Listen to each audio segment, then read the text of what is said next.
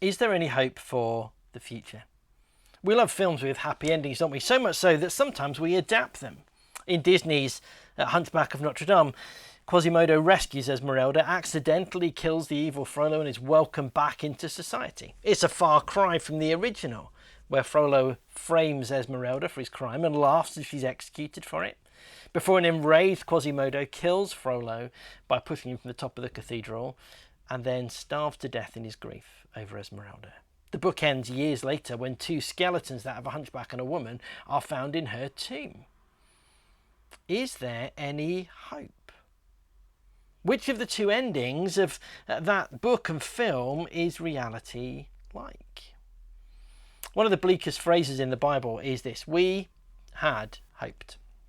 It's spoken by two friends who are trudging home from Jerusalem, weighed down by grief. They're chatting about the whirlwind of events of the last week, trying to make sense of suddenly finding all their hopes dashed. As they walk, a stranger catches up with them. Luke tells us it's Jesus, but they don't know that. He asks them what they're talking about, and they tell him they're talking about Jesus, who they had hoped was going to redeem Israel, but who has been crucified on a cross and buried in a tomb. We had hoped. Their hopes have been destroyed by death, the ultimate dream dasher and hope halter. They're also bewildered for another reason. Some of the other disciples came back and told them that the body was missing. They said they'd seen angels who told them Jesus was alive. But that can't be right, can it? Death is always final, isn't it? We had hoped.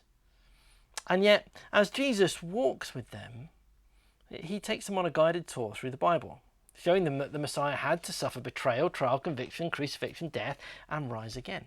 And as they talk to him, they find their hope is rekindled. Then Jesus sits with them and takes them through the familiar routine of breaking bread, thanking God for it. And finally, they see who he is, doing what he's done so often. They rush back to Jerusalem and get there to find that they're not alone. Jesus has appeared to Simon Peter too. And now the disciples are full of hope.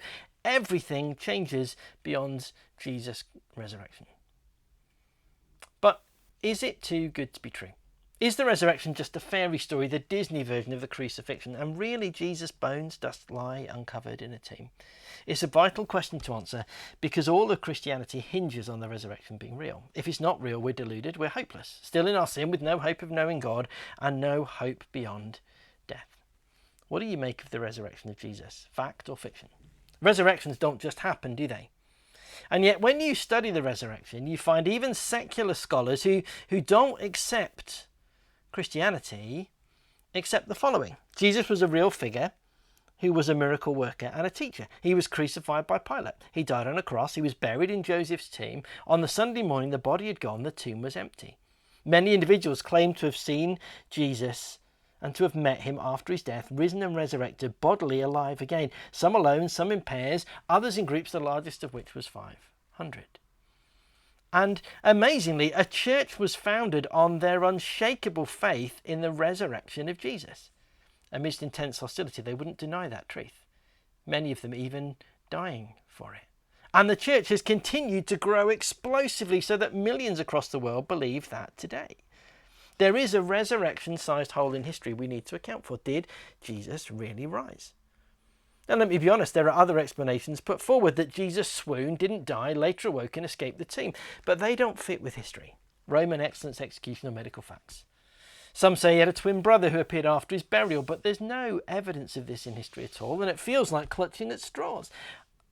Others say the disciples went to the wrong tomb. Except it was a tomb of a well-known man. They saw the body placed there, and then when the church started and they wanted to stop it, they would have just brought the body out. Others say that the disciples stole the body. That was the first ever alternate explanation. But there were guards, a seal and a stone to stop exactly that, and no charges were ever brought against the disciples because there was no evidence. The resurrection matters. What makes most sense of the evidence? You see, without the resurrection, there is no hope. No hope of justice for wrongs committed. No one will ever pay for what they've done beyond this life. There's no hope of anything but death. Death is just a full stop on the story. No hope of a bigger meaning or purpose in life other than simply passing on our DNA and wringing as much joy out of here and now as we can. And yet the Bible promises all those things because Jesus is alive.